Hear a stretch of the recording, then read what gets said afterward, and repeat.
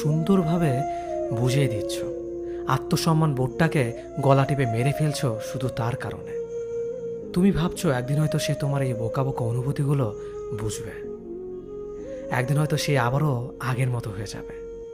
তাই তো এত এত অপমানের পরও তুমি তাকেই ফিরে পেতে চাইছো।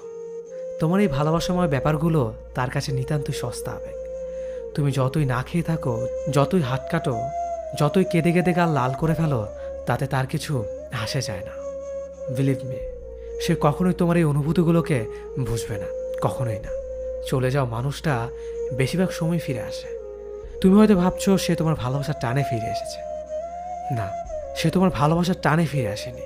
সে ফিরে এসেছে তোমাকে আগের থেকে আরো বেশি কষ্ট দিতে।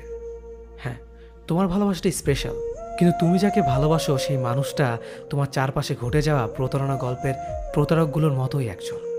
তুমি যত দুর্বল হবে, যত